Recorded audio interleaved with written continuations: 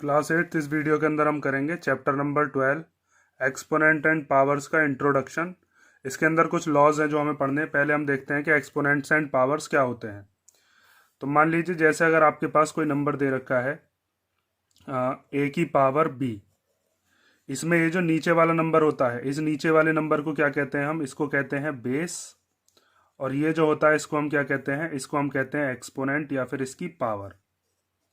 ठीक है, जैसे अगर मान लीजिए आपके पास कोई नंबर दे रखा हो इस तरीके से कि 10 की पावर कितनी है 2, तो 10 की पावर 2 के अंदर ये 10 क्या है? ये 10 होगा इसका बेस और 2 क्या होगा? इसका एक्सपोनेंट या फिर इसी को ही हम क्या कह सकते हैं? पावर हो गया ये इसका। ठीक है, 10 की पावर 2 को हम लिखते कैसे हैं? 10 की पावर 2 का मतलब है कि 10 को हमें 2 टाइम्स लिखना है। ठीक है, अगर मान लीजिए ऐसे लिखा हुआ होता कि 10 की पावर 4, तो 10 की पावर 4 का मतलब क्या है? 10 को हमें 4 टाइम्स लिखना है। अगर यहाँ पर लिखा होता 10 की पावर 3, तो इसका मतलब क्या है? 10 को हमें 3 बार लिखना है। ठीक है, जैसे 10 की पावर 4 की जब हम मल्टीप्लीकेशन करेंगे तो कितना आ जाएगा? 10,000। 10 की पावर 3 को खोलेंगे तो कितना आ जाएगा? 1000। 10 की पावर 2 को खोलते हैं तो हम कितना आ जाएगा? 100। ये पावर 2 जो होती है इसकी सब मल्टीप्लीकेशन नहीं करते। इसका मतलब ये होता है कि 10 को हमें 2 बार लिखना है, जैसे यहाँ पर हमने लिख दिया। ये पावर प्लस में भी हो सकती है और माइनस में भी हो सकती है। जैसे अगर मान लीजिए इसी वाली पावर को अगर ऐसे लिख दिया जाए 10 की पावर -2, तो इस -2 को हम कैसे चेंज करते हैं? इसके अपॉन में कुछ नहीं है तो क्या मान लेते हैं? 1। तो ये 1 ऊपर आ जाता है, 10 आ जाता है नीचे, और इस पूरे की पावर कितनी हो जाती है? +2। अब ये +2 होने के बाद ये 1 की भी पावर है 2, मतलब 1 को भी 2 बार लिखना है, और ये 10 की भी पावर है 2, मतलब 10 को भी 2 बार लिखना है। तो 1 1 जा कितना हो जाता है? 1, और 10 10 जा कितना हो जाता है? 100। ठीक है, तो आप समझ गए होंगे कि एक्सपोनेंट क्या होता है, पावर क्या होती है और बेस क्या होता है। अब इसके कुछ लॉज हैं, वो लॉज हम देखते हैं नेक्स्ट पेज पर। जैसे पहला जो लॉ है वो होता है हमारा ए की पावर m मल्टीप्लाई ए की पावर n। इसको हम लिखते हैं ए की पावर m प्लस n। इसका मतलब क्या है? इस चीज़ को हम समझते हैं अब कि मान लीजिए अगर आपके पास कोई नंबर ऐसे दे रखा है कि 3 की पावर 4 मल्टीप्लाई 3 की पावर 5। ठीक है, रैंडमली कोई भी नंबर मान लिया है। तो इसमें अगर ये बेस सेम है, बेस मीन्स ये जो नीचे वाला लिखा हुआ है 3, तो इनकी जो पावर्स हैं वो क्या हो जाती हैं? वो होती हैं ऐड। मतलब 3 की पावर हो जाएगी 4 + 5, मतलब कि 3 की पावर 9। क्यों होता है प्लस? अगर यहाँ पर मल्टीप्लाई है तो पावर प्लस क्यों होती है? 3 की पावर 4 का मतलब क्या है? अभी मैंने आपको बताया था। 3 की पावर 4 का मतलब है 3 को लिख लो 4 बार, और 3 की पावर 5 का मतलब क्या है? 3 को लिख लो कितने बार? 5 बार। 1 2 3 4 एंड 5। तो ये कितनी बार हो गया टोटल? 1 2 3 4 5 6 7 8 9। इसीलिए इसकी पावर कितनी हो गई? 3 की पावर 9। पहला रूल समझ गए। उसके बाद ये फर्स्ट रूल का एग्जाम्पल बता दिया। सेकंड है हमारे पास कि अगर दे रखा हो ए की पावर m अपॉन ए की पावर n। अगर ये डिवीजन में लिखे हुए हैं, या फिर डिवीजन में इस तरीके से भी लिखा हुआ आ सकता है कि ए की पावर m डिवाइडेड बाय ए की पावर n।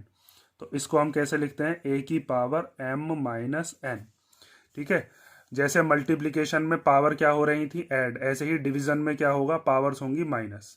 ठीक है, बेस सेम होगा अगर तो। जैसे यहाँ पर हम एग्जांपल ले लेते हैं एक। मान लीजिए आपके पास लिखा हुआ है 7 की पावर 5, और इसके डिवीजन में है 7 की पावर 2। तो आप इसको क्या लिखोगे? 7 की पावर 5 माइनस 2, मीन्स 7 की पावर कितनी हो जाएगी? 3। क्यों आया?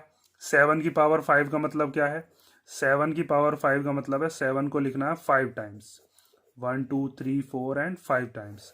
और नीचे 7 की पावर 2 है तो 7 को कितनी बार लिखना है? 2 टाइम। ठीक है, तो इस 7 से ये 7 कैंसिल हो जाएगा, इस 7 से ये 7, तो कितनी बार 7 बचा? 3 बार। तो हम इतना लंबा ना करके इस रूल का हम यूज कर लेते हैं कि अगर डिवीजन में है और दोनों का बेस सेम है, 7 और 7 आ रहा था ना दोनों में, तो इनकी जो पावर्स हैं वो क्या हो जाती हैं? माइनस। ये चीज समझ गए होगे, बेस सेम होना चाहिए। तीसरा आता है कि अगर पावर की भी पावर हो, मतलब ए की पावर m है और उस पूरे की भी पावर कितनी है? n। तो अगर पावर की भी पावर होती है तो उसमें हम पावर्स की आपस में क्या कर देते हैं? मल्टीप्लीकेशन। जैसे अगर मान लीजिए आपके पास ये दे रखा है कि 3 की पावर 4 और उस पूरे की पावर कितनी मान ली? 2। तो यहाँ पर 4 और 2 जो है ये पावर्स हैं आपस में, तो इसको हम लिख लेते हैं 3 की पावर 4 मल्टीप्लाई 2। ये कितना हो जाएगा? 3 की पावर 8। इसका मतलब ये है 3 की पावर 4 करना है, मतलब 3 को हमें कितनी बार लिखना है, 4 बार। ठीक है, और उसकी भी पावर 2 है, मतलब कि अब ये जो 4 बार 3 लिखा है इसको भी 2 बार लिखो अब। तो इसको हम कैसे लिखेंगे, 3 × 3 × 3 × 3। एक बार तो ये हो गया, एक बार और लिखना पड़ेगा, तो 1 2 3 एंड 4। तो कितने 3 हो गए यहाँ पर, टोटल 3 हो गए 8। तो हम इतना लंबा करने से बचने के लिए इस रूल का यूज कर लेते हैं कि अगर पावर की भी पावर हो तो पावर्स के आपस में क्या हो जाएगी, मल्टीप्लीकेशन हो जाएगी। ठीक है, ये तो बात हो गई फर्स्ट वाला और सेकंड वाला रूल जो था ये तब था जब हमारा बेस जो है वो सेम होना चाहिए।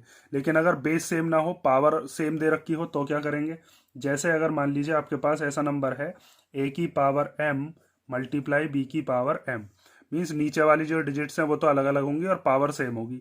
तो वहां पर हम क्या करेंगे, a और b की मल्टीप्लीकेशन कर देंगे और उस पूरे की पावर कितनी कर देंगे, m। अब ये a की भी पावर है, b की भी पावर है। जैसे अगर मान लीजिए आपके पास कोई नंबर है 3 की पावर, मान लीजिए मैंने लिख दिया यहाँ पर 4, और यहाँ पर 4 की पावर कितनी लिख दी, मान लीजिए 4। तो यहाँ पर आपको दिख रहा होगा नीचे वाला जो बेस है वो तो अलग अलग है 3 और 4, लेकिन दोनों की पावर सेम है। तो आपको सिंपल क्या कर देना है, यहाँ पर 3 और 4 की मल्टीप्लीकेशन करके ब्रैकेट में लिख देना है और इस पूरे की पावर लगा देनी है 4। अब ये 3 की भी है और 4 की भी है, मतलब 3 4 जा 12 की पावर 4। ठीक है, तो चौथा रूल आप समझ गए होंगे। यही रूल काम कर जाता है डिवीजन में, कि अगर मान लीजिए ऐसे लिखा हुआ है a की पावर m और b की पावर m, मीन्स इस बार भी बेस अलग अलग है लेकिन पावर सेम दे रखी है, तो इसको भी हम क्या लिख लेते हैं, a/b की पावर m। ठीक है, होल पर लगा देते हैं, ये a की भी पावर है और b की भी पावर है।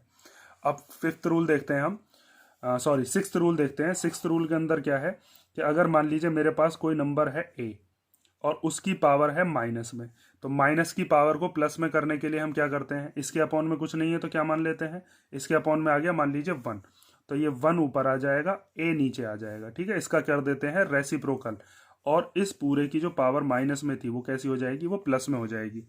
एग्जाम्पल के तौर पर देख लेते हैं इधर।